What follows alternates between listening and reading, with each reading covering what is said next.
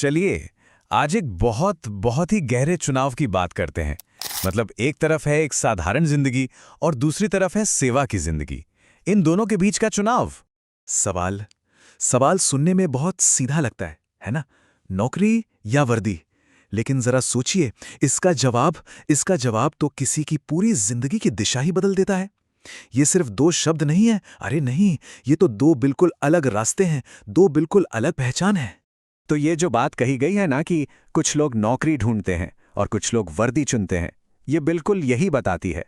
एक रास्ता है सुरक्षा का, आराम का, और दूसरा रास्ता है चुनौती का, कर्तव्य का।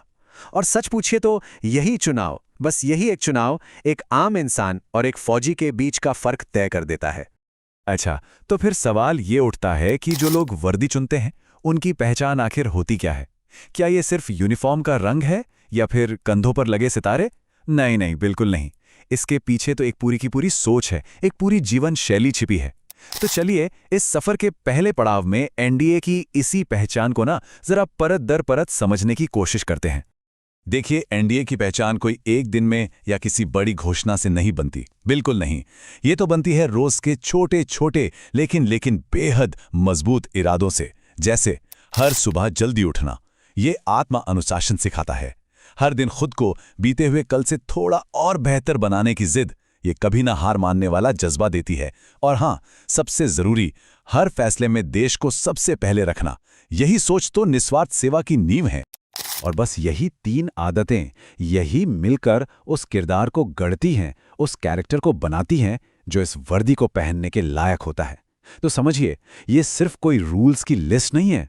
अरे ये तो जीने का एक तरीका है, एक पूरा का पूरा लाइफस्टाइल है। अच्छा, ज्यादातर लोग जब एनडीए के बारे में सोचते हैं तो क्या सोचते हैं? यही ना कि एक बहुत मुश्किल एंट्रेंस एग्जाम है, बस एक हर्डल है जिसे पार कर लिया तो नौकरी पक्की। लेकिन इसकी असलियत किताबों और सवालों से कहीं कहीं ज्यादा गहरी है। ये सिर्फ दिमाग का इम्तिहान नहीं है, ये तो असल में कैरेक्टर की सबसे बड़ी और सबसे कठिन परीक्षा है। तो फिर एनडीए असल में है क्या? ये सिर्फ एक एकेडमी का नाम नहीं है, नहीं। इसे ऐसे समझिए कि ये वो पहली सीढ़ी है, वो शुरुआती पॉइंट जहां से अनुशासन, साहस और लीडरशिप का असली सफर शुरू होता है। यहां से एक ऐसी जर्नी शुरू होती है जो एक नौजवान को ना बिल्कुल अंदर से बदल कर रख देती है। और ये बात समझना बहुत जरूरी है। एनडीए किसी को सिर्फ एक जॉब के लिए क्वालिफाई नहीं कराता, नहीं, वो तो एक लीडर बनने के लिए तैयार करता है। तो ये कोई बाहरी क्वालिफिकेशन नहीं है, ये एक अंदरूनी बदलाव है, एक पूरा का पूरा ट्रांसफॉर्मेशन। लेकिन जाहिर सी बात है, ये बदलाव और ये रास्ता, ये आसान तो बिल्कुल नहीं होता। तो फिर सवाल ये है कि कोई इसे पूरा कैसे करता है?